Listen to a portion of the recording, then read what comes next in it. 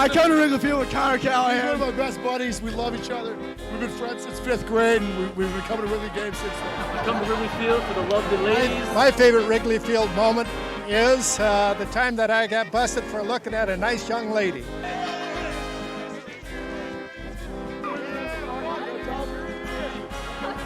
What I love to eat at the ball game is definitely Cracker Jacks, peanuts. I'm like everybody else. I like hot dogs and Coca-Cola. Hot dogs and the lemon ice. I love Chicago hot dogs. Oh, I love to eat hot dogs. Hot dogs all the way. Hot dogs all the way. My favorite Cub is Rizzo. Favorite Cub? Soriano. My favorite Cub all time is probably Schwan Dunston. My favorite Cub is Ernie Banks. My favorite Cub player is Pryor. My favorite Cub is Wood. Always will be. My favorite Cubs player of all time is Mark Grace. My favorite Cub is Ryne Sandberg. How old is Wrigley Field? Oh, I don't know. Older than I am, I guess. I don't know. Yeah, maybe like 60, 70 years? 90 years old. Really, really, really old. I have no idea. Probably like 100 years old. Be 100 years, I think, next year. 100 years next year. Hi, I'm Les Krantz. And this is Wrigley Field, the Centennial.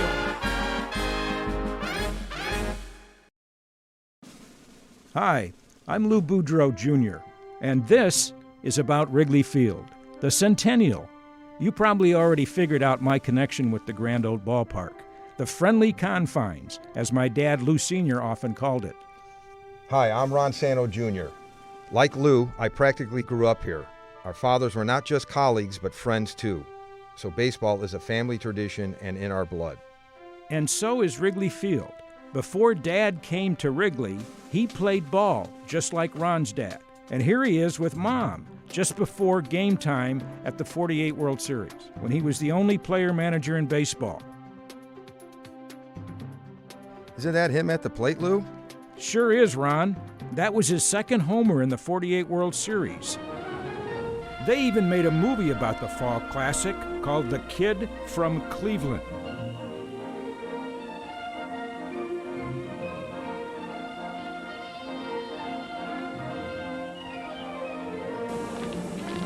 That was a good, clean single, son. Yeah, as good as Lou could do and not nearly so expensive. Better, Bill, especially against a pitcher like that. Here comes Fowler's first pitch. The fastball right down the middle, and Tommy Holmes connects for a single to right field. So Boston's first batter is on base with rookie shortstop Alvin Dark at bat. I barely even knew what a World Series was back then. At least your dad was in one. My dad never got there, Lou. Yeah, but I heard he didn't do too bad, though. 2012, Dad was inducted into the Baseball Hall of Fame. Mine, too, back in 1970. And both of our fathers were the voice of the Cubs at WGN. Here we are now at a WGN microphone, too. We're here to talk about baseball at Wrigley Field, all 100 years.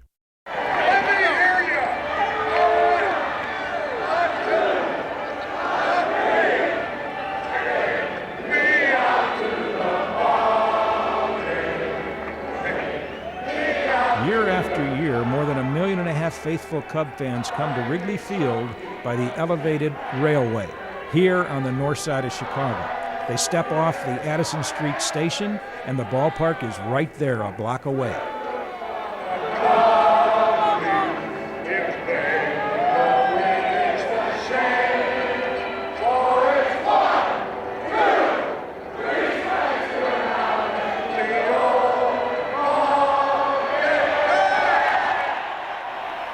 Wrigley Field is the oldest ballpark in the National League and the second oldest in the majors, next to Fenway Park.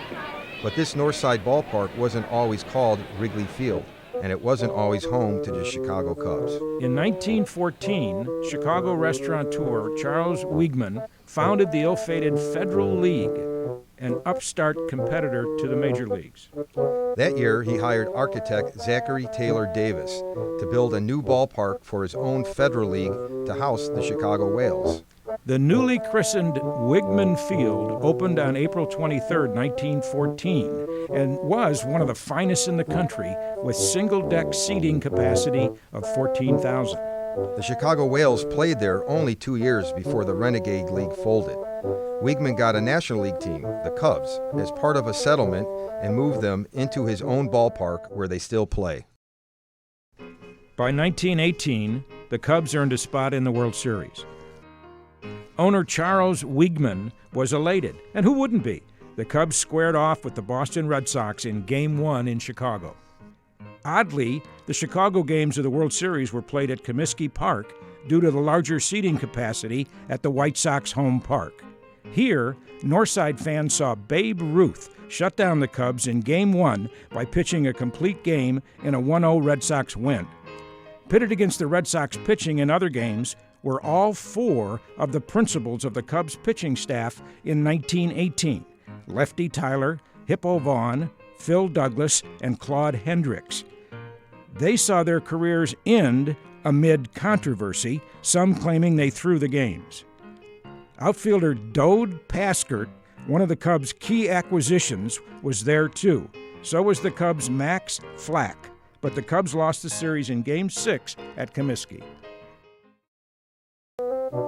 The park became known as Cubs Park in 1920 after chewing gum magnate William Wrigley Jr. purchased the team from Wigman. In 1926, Wrigley added the new upper deck and enlarged the seating capacity. The ballpark was then renamed Wrigley Field. After the elder Wrigley died in 1932, his son Philip K. Wrigley assumed ownership. Phil Wrigley was particularly visionary when he took over the ball club in the early 30s from his father. After that, the Cubs began to go real well. If you realize they had pennants in 29, 32, 35, 38, 45, and this was all during Phil Wrigley's time. He was a man who was gung-ho for let's go with radio, and later on, let's go with television. The 1929 World Series between the Cubs and the Philadelphia Athletics was the first fall classic to be played at Wrigley Field. Back then, most of America saw baseball not at the ballpark, not on television, but in movie houses. Newsreels didn't even have sound in 1929. The talkies were just arriving at the movies, but hadn't been adopted for news. This silent newsreel was how most Americans saw the 29 series. This aerial shot of Wrigley Field might not impress you now, but back in '29, wow. Whoever had seen Wrigley Field like that, from the clouds? Once the game began, fastballer Howard Emke became the story. Cubs hitters were primed to feast on fastballs. Instead, they were frustrated by a steady diet of Emke's soft stuff. But Emke moved effortlessly through the Cubs lineup. He struck out 13 of the Northsiders, setting a new record. Managers Connie Mack of the Athletics and the Cubs' Joe McCarthy were at the helm. Joe McCarthy went on to become the manager of the New York Yankees. The Athletics' Jimmy Fox homered off Cub pitcher Charlie Root in the 7th to give Philadelphia a 1-0 lead. In the 9th, the Athletics scored twice to take a 3-0 lead. The Cubs managed to tally once in the 9th, but it wasn't enough, and they took a 3-1 loss. This reference to Judge Landis is sort of tongue-in-cheek. It was him, federal Judge Landis, who handled the 1919 Black Sox scandal. By now, he was commissioner of baseball. The Cubs hoped they could somehow force a Game 6 and a Game 7 in front of their home fans at Wrigley Field. But the Cubs faithful never had the opportunity to cheer on their beloved team when they took a 3-2 loss in Game 5, ending a magical summer in disappointment. After the elder Wrigley died in 1932, his son Philip K. Wrigley assumed ownership. The 1930s were rollicking times at Wrigley Field, despite the Depression. The crowds dressed up in their Sunday best to see a ballgame back then, even if it wasn't on Sunday. The 1932 World Series run against the Yankees saw Babe Ruth's famous called shot homer in Game 3 here at Wrigley Field. Though Babe Ruth played in Chicago in the 1918 Classic, by 32 he was the biggest celebrity in American history. It wasn't easy to get tickets. The Cubs front office had teams of secretaries opening mail for ticket requests.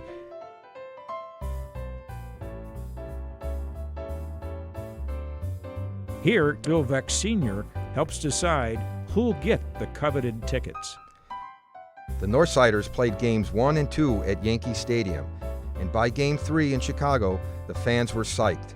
The Cubs couldn't have had a better welcome home. The Chicago Loop, its central business district, was nothing but parades, confetti, and sheer excitement. With the now legendary Babe playing at Wrigley Field in Game 3, not to mention Lou Gehrig too, the crowds pushed, shoved, and elbowed their way to the game. And the Babe didn't disappoint them. Reggie Jackson fills us in here.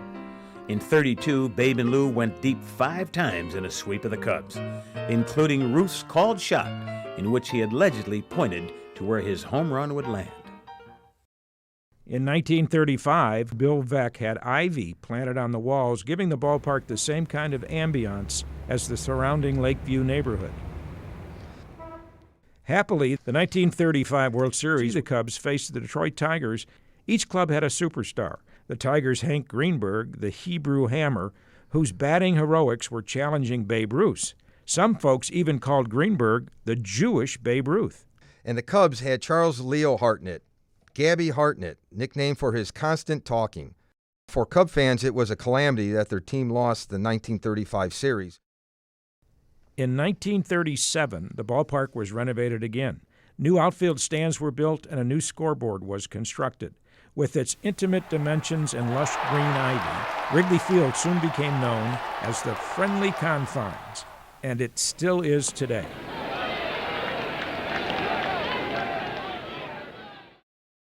Reggie, tell us about the next fall classic at Wrigley Field. The 1938 series opened at Wrigley Field, loaded with 7 All-Stars, including Gehrig and DiMaggio. The Yankees boasted 5 90 RBI men. On the other side of the field, no Cub hitter had even 70. New York took the series opener 3-1, thanks to this second-inning hit by Bill Dickey, which led to 2 runs. The Yankees cruised in games 2 and 3, setting up a possible sweep in game 4. With Mayor LaGuardia in attendance, the Yankees broke it open in the second inning. This triple by shortstop Frank Crosetti knocked in 2 runs and put the Bombers ahead 3-0.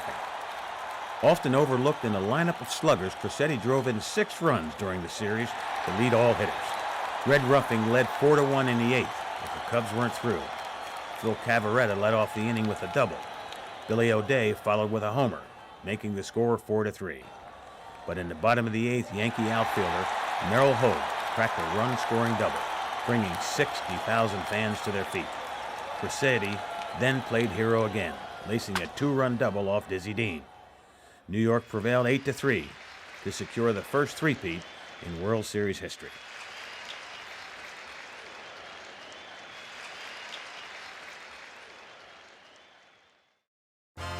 The 1945 World Series would be the last one played at Wrigley Field, at least the last one in the 20th century.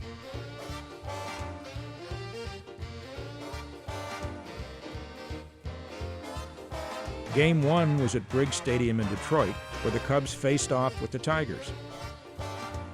World War II had only been officially over exactly 1 month and 1 day. In fact, many ball players hadn't even been discharged from the military. The word was that the ball clubs lost their talent to the military during the war and just didn't have the stuff now. When Chicago sports writer Warren Brown was asked for his prediction about the series, he quipped, "I don't think either of them can win." But that didn't stop the fans. Rumor had it that bleacher seats were being scalped for $5 each, $200 for box seats, and $75 for grandstand seats. The Cubs took 2 of the first 3 games in the Motor City, even with Tiger Hank Greenberg to contend with, one of the few big names back from the war, in enough time to make the end of the '45 season. Because wartime travel restrictions were still in force, the final 4 games came to Wrigley Field. Jubilant soldiers, still in uniform, packed the bleachers. The Windy City was celebrated. The action on the diamond was hot. By Game 7, it was even, 3 games apiece. Cubs manager Charlie Grimm slated pitcher Hank Bowry in the final game against Detroit's Hal Newhouser, who went the distance and got the win for his club. Bowry had let the first 3 Detroit batters single, and by the first inning, 5 runs had scored. The Tigers' Newhouser wound up with a 9-3 decision, and Cubs fans would once again cry, "Next year!" And well into the 21st century, Wrigley Cub fans are still lamenting, "Next year." Nowadays, Soldiers Field is synonymous with the Chicago Bears and Chicago-style excitement on the gridiron. But it always wasn't that way. Wrigley Field was the NFL venue for Halas and his boys. Lou, some of the greats in football played here. Sid Luckman, Slingin' Sammy Ball from the 30s, and later the Packers' Bart Starr against the Bears in a championship match. Hey, Ron, get a load of this turf. Snow at the friendly confines. Could that be the source? Some of the slip-ups for the Cubs? There were plenty of football championships played here, as well as the regular season games. We've got one here, Ron. The Bears and the football Cardinals back in 1956.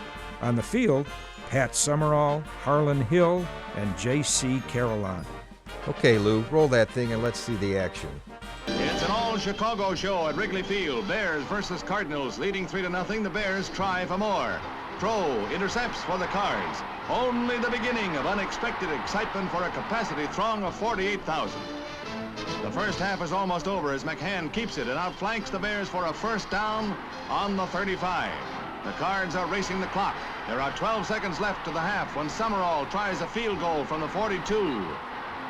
Right between the uprights, and the score is knotted at halftime. Victory will keep Bear division title chances bright. And here they go. Brown's pass is taken by Harlan Hill for a 25-yard gain. From 5 yards out, J.C. Caroline goes wide, cuts in, boom, he's over, and the Bears have a touchdown. A big one as things turn out. For 2 Card touchdown runs were canceled because of penalties. Flagged down, so to speak. There's the penalty flag as Ollie Matson breaks into the clear, heading goalward. Matson was the runner in both romps that turned sour for the hapless Cardinals. Feelings ran high and erupted into a near riot at game's end. The boys were playing this one for keeps, and the fans got an extra dividend of action before the smoke settled. I'll tell you something, Ron. Here's one thing I like about those old-time games. The tickets. Have a look at this one. $10 back in the 1960s. That one, Lou, was for the World Championship against the football Giants in 1963. And Halas and the boys took the trophy. Doesn't get better than that. Well, nothing's better than a championship season, Ron. But the Bears, some say, got even better when they got this rookie in 1965. Right on, Lou. Gale Sayers was the Rookie of the Year back in 1965. Sayers scored 22 touchdowns his rookie season. He tallied 6 TDs in one game at Wrigley Field, tying the record. He also had the highest career kickoff return average. Here's a look at the action at Wrigley Field against the Green Bay Packers in this old newsreel of the Central Division Championship in 1967. It's some rare footage. At Wrigley Field, the Chicago Bears face the Green Bay Packers. Bears ball, and Jack Concannon decides to go to the air. Packer linebacker Dave Robinson intercepts and lugs it 12 yards deep into Bear territory, ending on the 19. Packers ball, and a Bart Starr to Boyd Dowler pass is good for a first down at the 6. Again, quarterback Starr shows why he's one of the best pros in the business. Scrambling until his receivers are clear, he throws to Dowler in the end zone for a touchdown.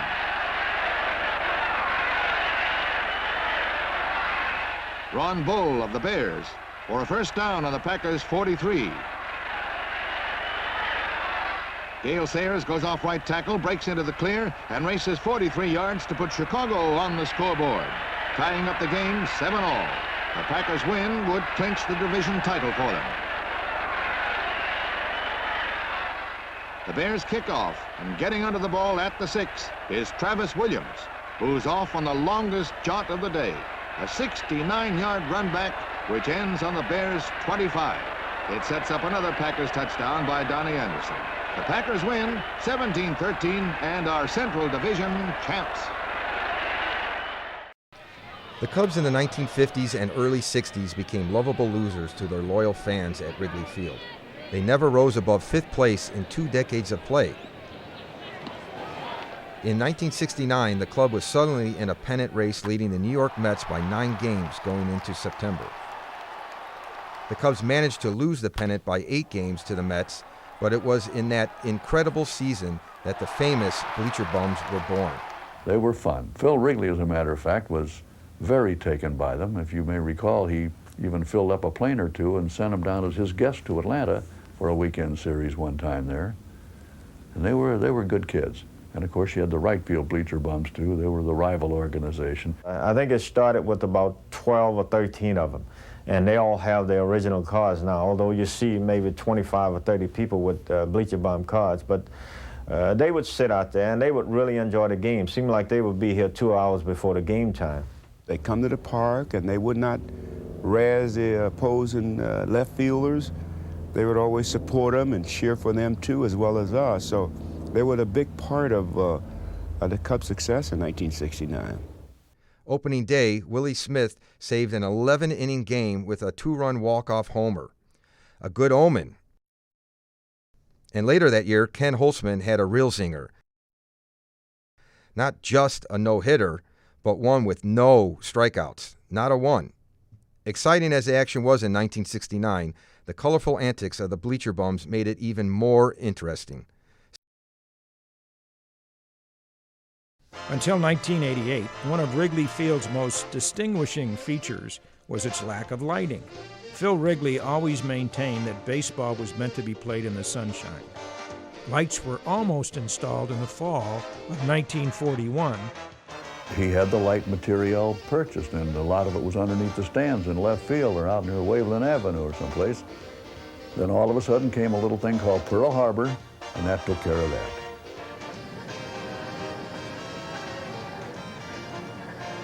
But due to the World War II blackouts for Homeland Security, the plan was gutted in fear of Japanese bomb attacks. 1981, the Wrigley family sold the ballpark to the Chicago Tribune Company, paving the way for nighttime baseball at Wrigley Field. In 1984, when the Cubs won the National League Eastern Division, pressure from Major League Baseball and the television networks brought the lights issue out of the dark. Despite neighborhood opposition to the lights, a referendum cleared the city council. In the summer of '88, light towers were erected. Then on August 8th, history was made.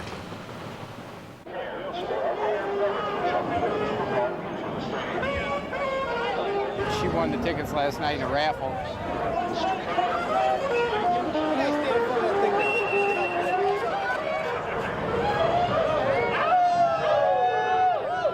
Out of 50 million fans,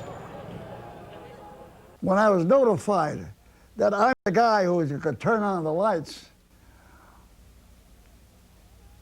I got tongue-tied, I was amazed, and believe me, I was highly honored.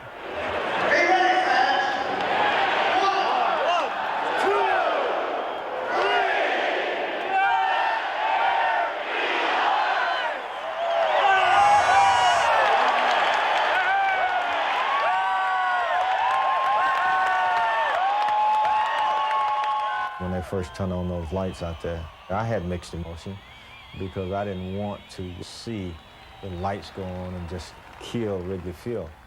But it was good. I enjoyed it. I enjoyed the night games, and a lot of people who came to that first baseball game enjoyed the night game.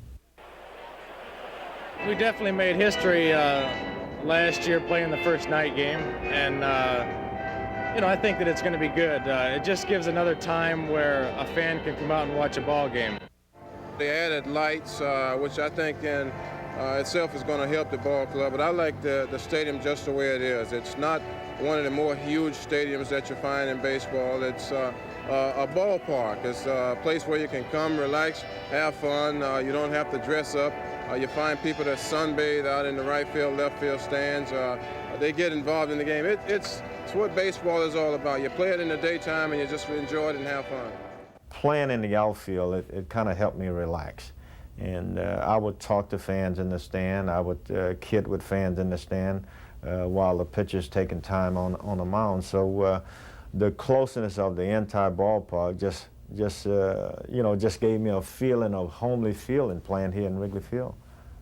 A lot of people I've met brought their children, their grandchildren to the park, and they've grown up, and I've had an opportunity to see them, and it's really a blessing to have played there. And playing for the Cubs or playing for any park that has tradition, you get that continuous family tie, continuous love for you as a person and for the team in which you represented. And mine was the Cubs, and it's just very fulfilling. Some of the apartment buildings here on Sheffield, right behind center and right field, even have their own rooftop grandstands, kind of like a poor man's skybox, where lucky tenants and owners can catch a game in the privacy of their own home. Now that's a great way to watch a World Series.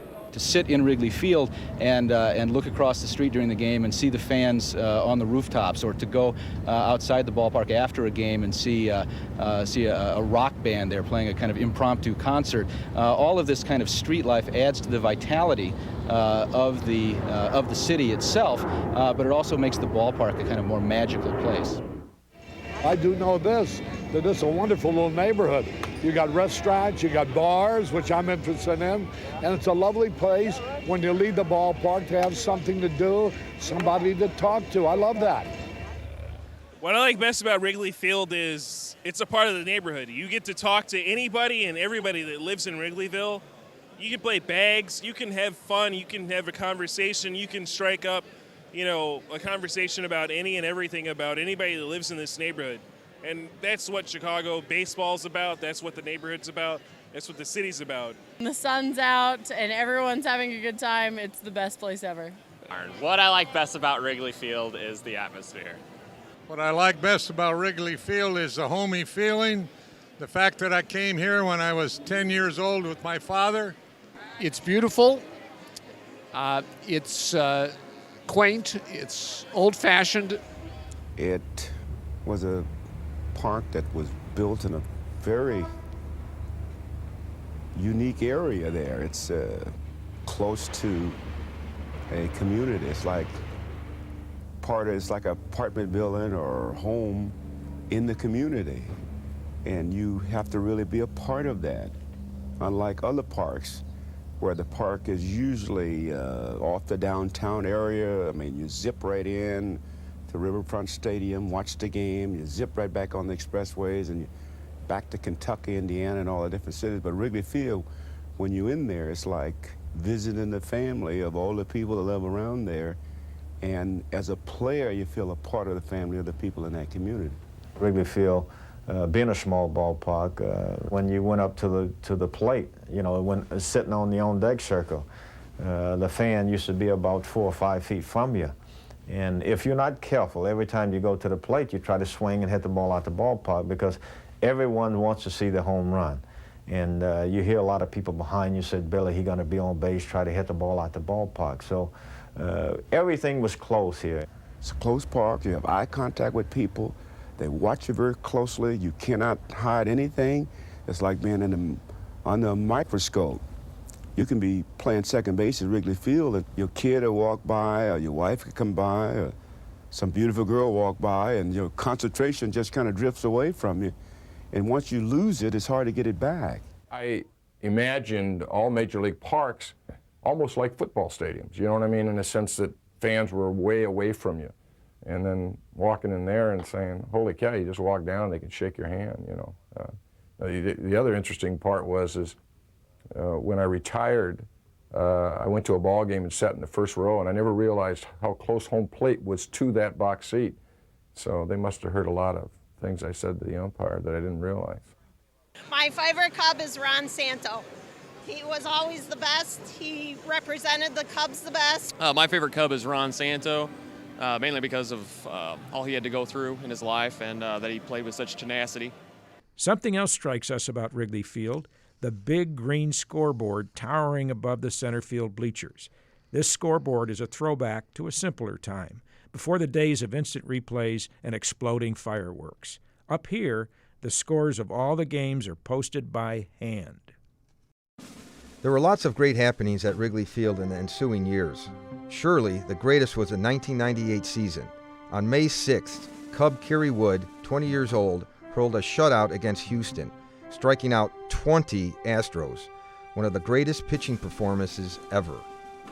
And the Cubs made it to the playoffs in a rare wild card tiebreaker against the Giants. But the real highlight of '98 made everything else pale by comparison.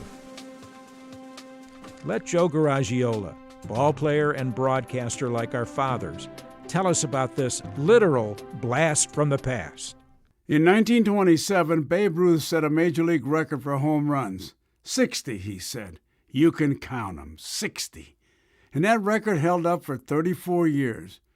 But in 1961, the Yankees M&M boys each took a shot at the Babe's great, almost sacred record. Mickey Mantle had hit 50 home runs by Labor Day before an injury brought him down. Roger Maris, though, kept on swinging, but Maris felt the pressure. His hair was falling out in clumps, but he had just tied the Bambino with his 60th home run, and today, the final game of the season, it was do or die. Watch what happens. The crowd in Yankee Stadium for the final game of the year is here to cheer not the Yankees, but Roger Maris, who comes through with his 61st homer for a new baseball record. It's a qualified record, however. Babe Ruth set his 1927 record of 60 homers in a shorter season of 154 games. And it took Roger 4 more games to hit 60 and 162 games to hit 61. The baseball commissioner has ruled that Ruth's record stands until someone hits 61 in the same number of games. That ruling does nothing to dull the roar of the crowd today. They won't let Roger alone until he comes out of the dugout and takes a bow. The newest Sultan of SWAT, Roger has set a record that will probably stand for many years. 37 years later, like Yogi Berra might say, it was deja vu all over again. There hadn't been baseball excitement like this since 1961. St. Louis Cardinal Mark McGwire and Cub Sammy Sosa were in a shootout to get Roger Maris's record. Magazines like Sports Illustrated couldn't get enough of it. Neither could fans. The media portrayed them as Greek gods. This home run race was everywhere, from the sports journals to the news weeklies like Time magazine. Sammy became the most celebrated Chicagoan of 1998. There were special issue baseball cards, and there was hardly a magazine cover he wasn't featured on by the end of the summer. On August 10th of that year, Sosa and McGwire were in a dead heat, 46 round trippers apiece. It was a shootout, all right. The Cards McGwire busted Maris's record first on September 8th with his 62nd homer to Sosa's 58. But the following weekend, Sammy got number 59, 60, 61, and 62 to tie McGwire. The boys were at a record 62 apiece, more out of the Parkers than anyone in history so far. In the end, McGwire posted 70 big ones to Sammy's 66 homers. The record was smashed, and the fans at Wrigley Field were treated to perhaps the most thrilling Cub season ever at Wrigley Field.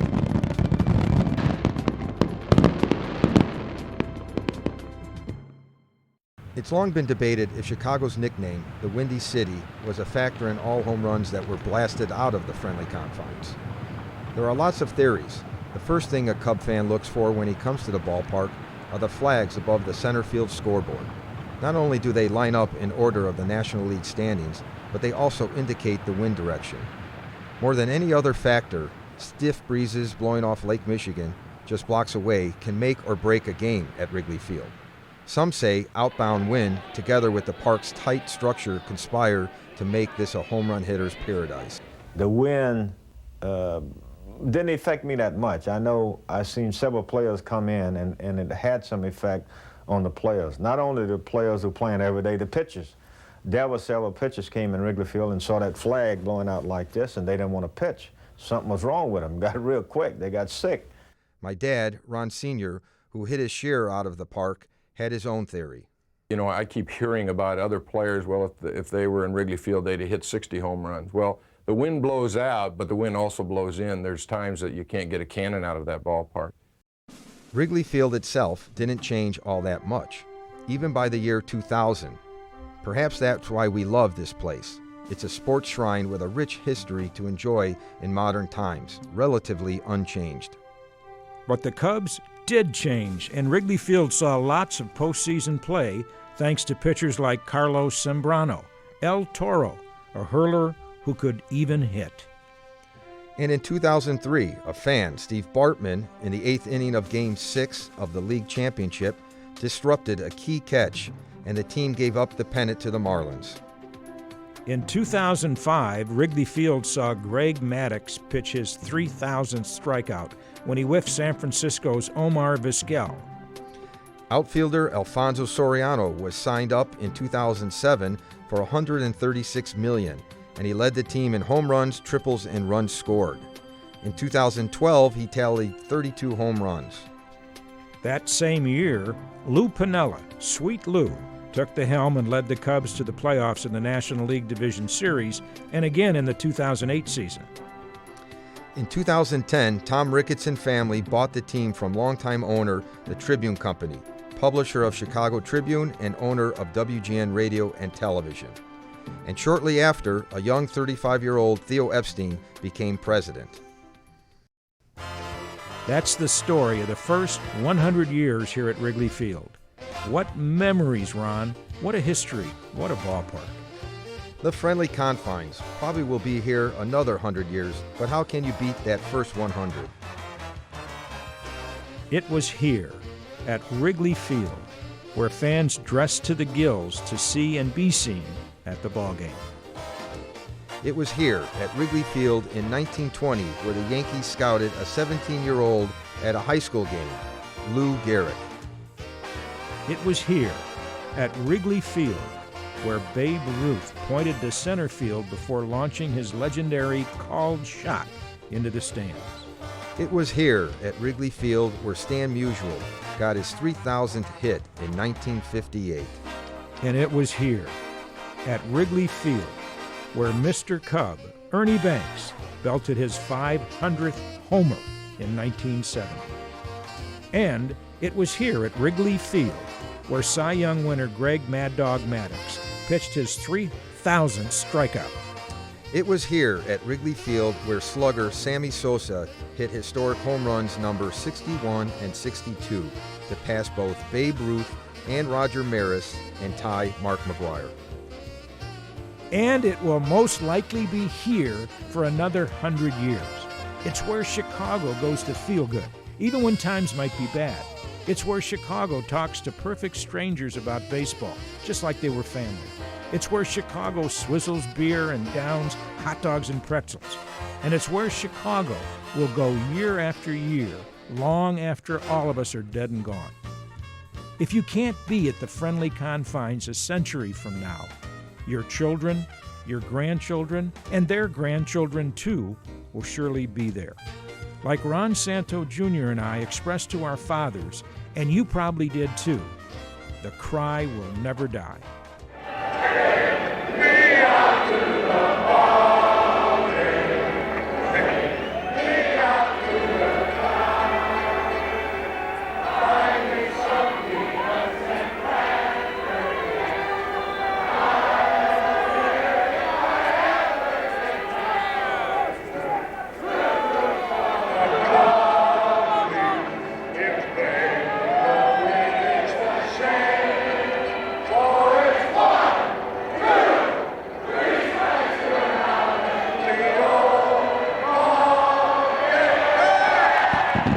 See you at the ball game at Wrigley Field.